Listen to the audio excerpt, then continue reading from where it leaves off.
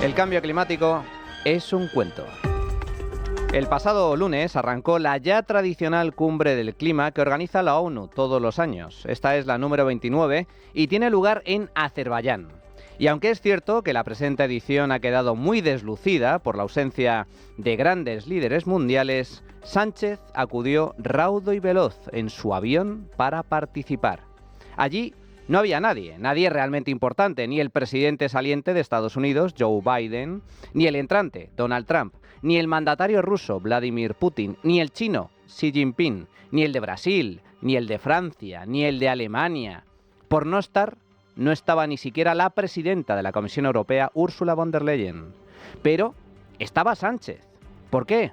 Pues porque esta cumbre era la excusa perfecta para perderse la siempre incómoda sesión de control en el Congreso y que, en esta ocasión, como no podía ser de otro modo, centró su atención en la nefasta gestión política acontecida en Valencia. Entre viaje y viaje, Sánchez se va a tirar la friolera de un mes sin rendir cuentas ante el Parlamento, ya que la semana que viene tiene previsto acudir al G20 en Brasil, y la última vez que respondió a las preguntas de la oposición fue el pasado 16 de octubre. Entre medias, hemos conocido nuevos escándalos de corrupción del Partido Socialista y también de la esposa de Sánchez, la imputación de Ábalos y el desastre de la gota fría, por poner tan solo algunos ejemplos. Pero, ¿a qué fue Sánchez entonces a Azerbaiyán? ¿Cuán importante era lo que tenía que decir en esa reunión de medio pelo?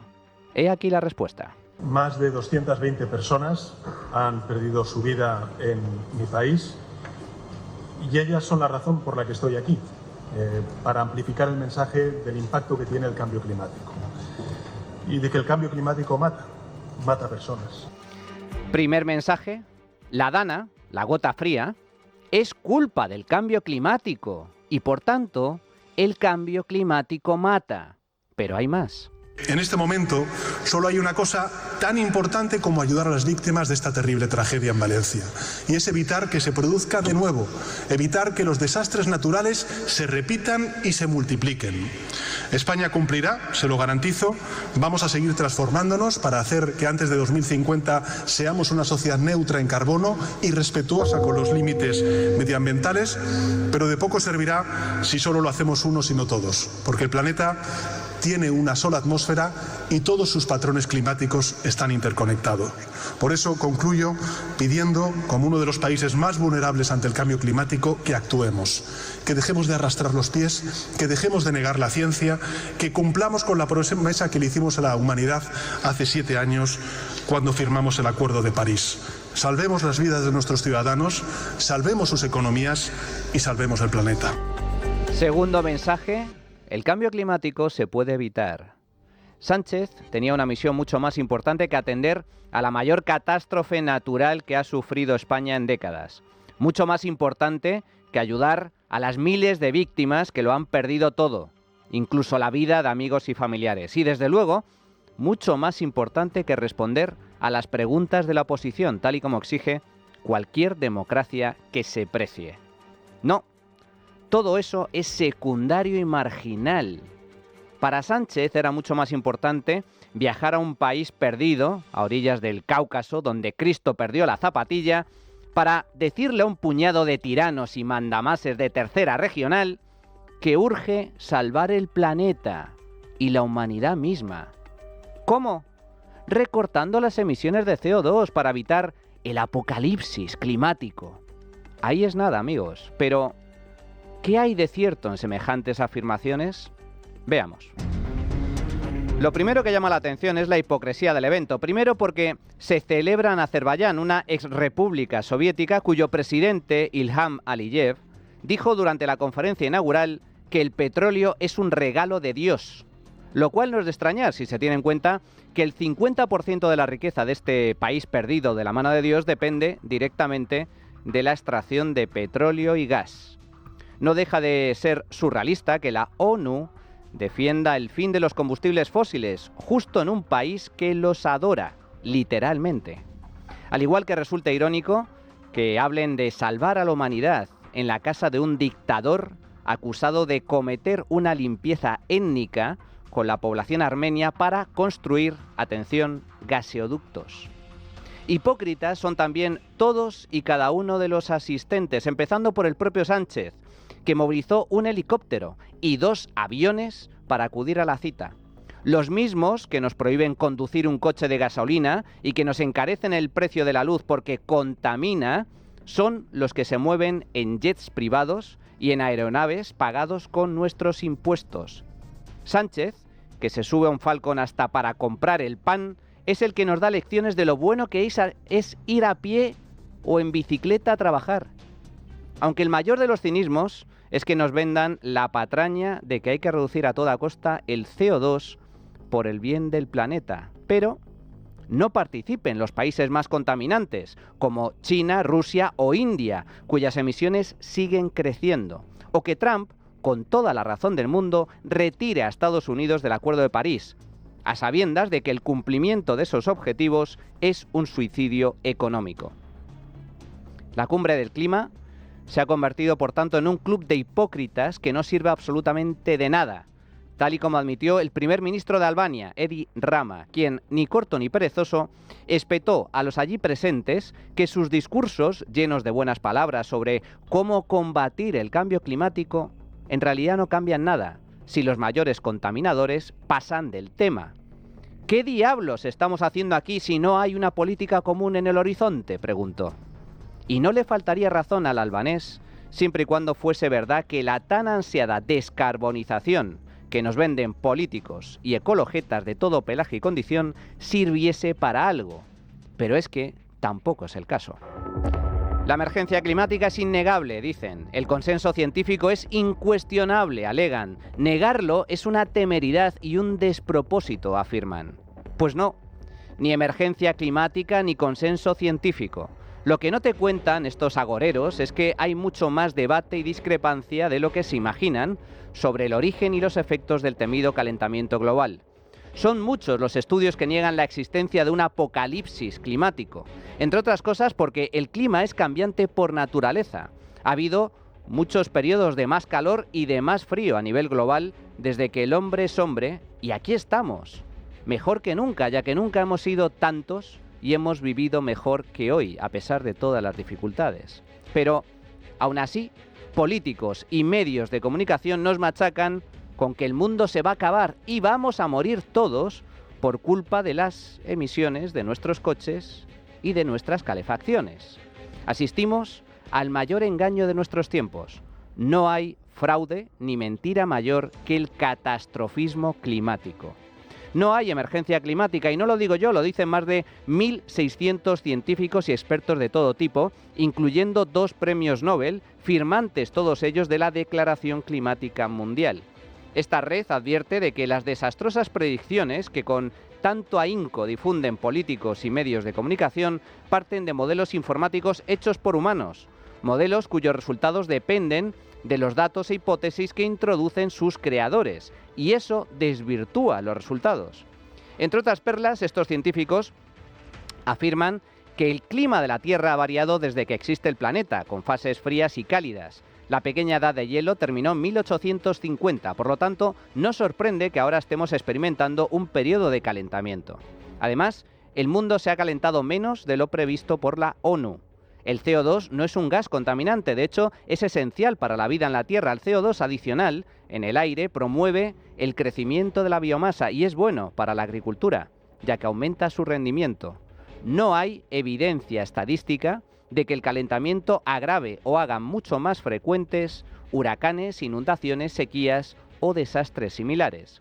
Sin embargo, sí existe una amplia evidencia de que las políticas destinadas a mitigar las emisiones de CO2 son ineficaces, dañinas y desde luego muy, pero que muy costosas.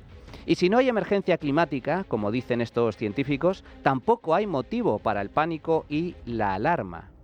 Yo no soy científico y por tanto no sé quién tiene razón, pero lo que sí sé, lo que está claro, es que no hay consenso científico sobre el calentamiento global.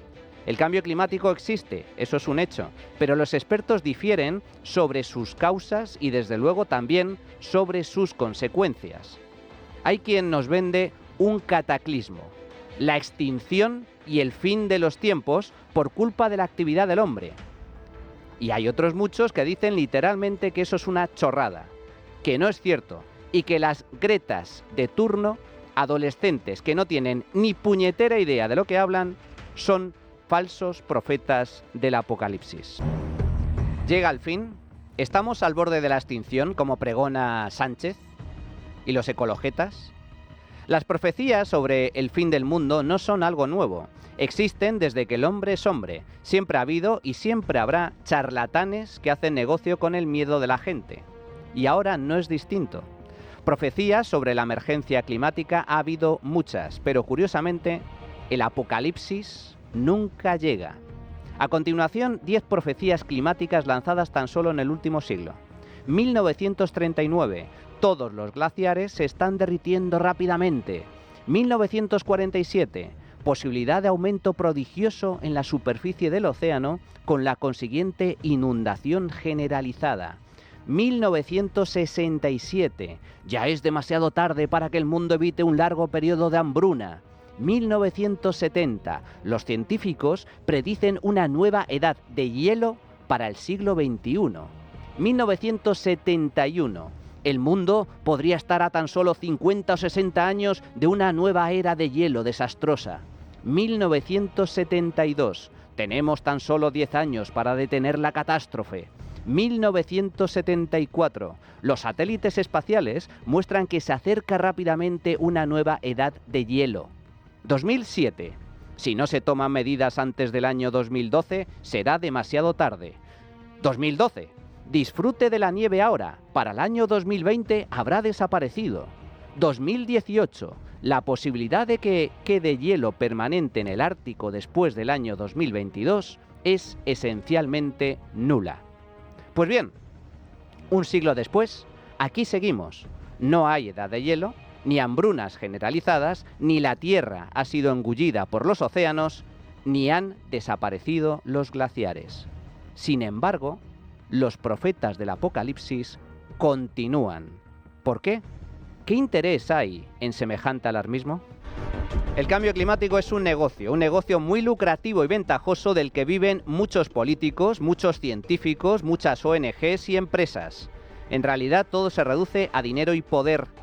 El Acuerdo de París, adoptado en la ONU en el año 2015, marca unos objetivos de reducción de emisiones de CO2 para limitar el aumento de la temperatura global a menos de 2 grados centígrados para fin de siglo.